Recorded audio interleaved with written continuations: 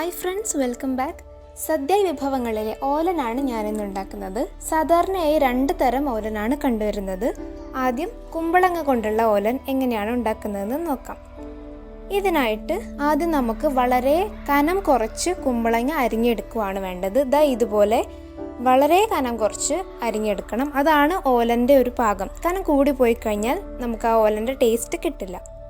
ഇനി നമുക്ക് കുമ്പളങ്ങ വേവിച്ചെടുക്കുകയാണ് വേണ്ടത്. ഞാനൊരു പാനിലേക്ക് ഇട്ടു, കുറച്ച് വെള്ളം ഒഴിച്ചു, വളരെ കുറച്ച് വെള്ളം ഒഴിച്ചു കൊടുക്കുകയാണ്. പിന്നെ ഒരു 1/2 ടീസ്പൂൺ ഉപ്പ് ചേർത്ത് കൊടുക്കാം. ഇത് നന്നായിട്ടൊന്ന് മിക്സ് ചെയ്തിട്ട് നമുക്ക് വേവിക്കാം. കുമ്പളങ്ങ പെട്ടെന്ന് വേവും, പ്രത്യേകിച്ച് നമ്മൾ വളരെ കനം കുറച്ചാണ് അരിഞ്ഞിട്ടുള്ളത്. ഞാൻ ഒരു പച്ചമുളകും കൂടെ ചേർക്കുവാണ്. ഇനി ഇതൊന്ന് അടച്ചു വെച്ച് വേവിക്കാം. ഓലൻ്റെ പ്രധാനപ്പെട്ട ഇൻഗ്രീഡിയൻ്റ് ആണ് തേങ്ങാപ്പാൽ. ഞാൻ ഒരു മുഴുവൻ നാളികേരം ചിരകി അതിൻ്റെ പാലെടുത്തിട്ടുണ്ട്. 1-ാം പാലാണ്, ഒട്ടും തന്നെ വെള്ളം ചേർത്തിട്ടില്ല. ഇപ്പോൾ കുമ്പളങ്ങ നന്നായി വെന്ത് വന്നിട്ടുണ്ട്. വെന്ത് ഉടഞ്ഞു പോവാതിരിക്കാൻ ശ്രദ്ധിക്കണം. കുമ്പളങ്ങ പെട്ടെന്ന് വേവുന്നതാണ്. ഇപ്പോൾ 10 മിനിറ്റ് പോലും ആയിട്ടില്ല, അതിനു മുമ്പ് തന്നെ ഇത് നന്നായിട്ട് വെന്തിട്ടുണ്ട്. ഇനി ഇതിലേക്ക് നമുക്ക് റെഡിയാക്കി വെച്ച തേങ്ങാപ്പാൽ ചേർത്ത് കൊടുക്കാം. തേങ്ങാപ്പാൽ ചേർത്തതിന് ശേഷം ഒരുപാട് നേരം തിളപ്പിക്കരുത്, ആ ടേസ്റ്റ് മാറിപ്പോവും. ചെറുതായിട്ടൊന്ന് തിളച്ച് കഴിയുമ്പോൾ തന്നെ നമുക്ക് ഫ്ലെയിം ഓഫ് ചെയ്യാം.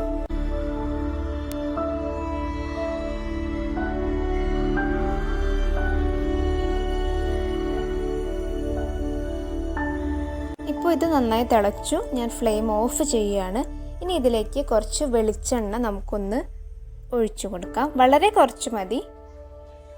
ഇനി ഇത് നന്നായിട്ടൊന്ന് ഇളക്കി എടുത്തു കഴിഞ്ഞാൽ നമ്മുടെ ഓലൻ റെഡി ആയിട്ടുണ്ട്. പിന്നെ നമുക്ക് കുറച്ച് കറിവേപ്പില വേണമെങ്കിൽ ചേർക്കാം. നമ്മൾ കടുകോ അങ്ങനെയുള്ള കാര്യങ്ങളൊന്നും ഓലനിൽ ഉപയോഗിക്കില്ല.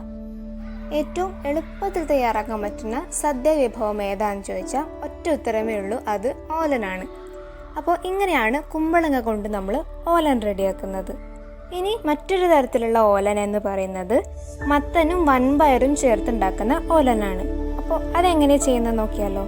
ആദ്യം തന്നെ ഞാൻ കുതിർത്തിയ വൻപയർ ഒന്ന് വേവിക്കണം. അത് ഉപ്പിട്ടിട്ട് ഞാൻ വേവിച്ചെടുക്കുകയാണ് ആദ്യം ചെയ്യുന്നത്. ഇനി ഇതിലേക്ക് വേണ്ടത് അരിഞ്ഞു വെച്ച മത്തനാണ്. ഇത് നമ്മൾ കുമ്പളങ്ങ അരിഞ്ഞു വെച്ച പോലെ തന്നെ വളരെ കനം കുറച്ചിട്ടാണ് അരിഞ്ഞെടുത്തിട്ടുള്ളത്. ഇനി ഇതിലേക്ക് ഒരു നുള്ളു മഞ്ഞൾ, ഒരു 1/4 ടീസ്പൂൺ മഞ്ഞൾപ്പൊടിയും ഒപ്പം തന്നെ ഒരു 1/2 ടീസ്പൂൺ ഉപ്പും ചേർത്ത് നമുക്കൊന്ന് വേവിച്ചെടുക്കാം.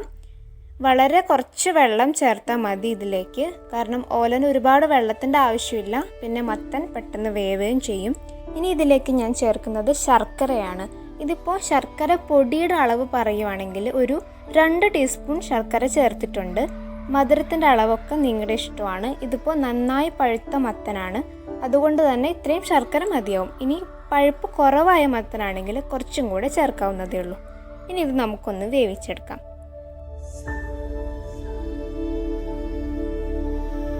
ഇപ്പോൾ മത്തൻ നന്നായി വെന്തിട്ടുണ്ട്. ഇതിങ്ങനെ ചെറുതായിട്ടൊന്ന് ഉടച്ചു കൊടുക്കാം. ഇനി ഇതിലേക്ക് വേവിച്ച് വെച്ച വൻപയർ ചേർത്ത് കൊടുക്കാം. വൻപയർ ഞാൻ ഉപ്പിട്ടിട്ടാണ് വേവിച്ചത് കേട്ടോ. ഇനി ഇത് നന്നായിട്ടൊന്ന് മിക്സ് ചെയ്തെടുക്കാം. ഇനി ഇതിലേക്ക് കുറച്ച് വെളിച്ചെണ്ണ കൂടെ ഒഴിച്ചു കൊടുത്താൽ നമ്മുടെ ഓലൻ റെഡി ആയിട്ടുണ്ട്. വെളിച്ചെണ്ണ ഒഴിച്ചു കൊടുത്ത് ഒരുപാട് നേരം തിളപ്പിക്കുകയൊന്നും വേണ്ട. ഫ്ലെയിം ഓഫ് ചെയ്തതിന് ശേഷം വെളിച്ചെണ്ണ ഒഴിച്ചു കൊടുത്താൽ മതി. പിന്നെ കുറച്ച് കറിവേപ്പിലയും ചേർത്ത് കൊടുക്കാം. ഇത്രയേ ഉള്ളൂ നമ്മുടെ ഓലൻ.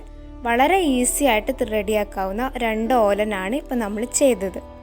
സദ്യ വിഭവങ്ങൾ ഉണ്ടാക്കുന്ന മറ്റൊരു വീഡിയോയുമായിട്ട് ഉടനെ തന്നെ കാണാം. Thank you.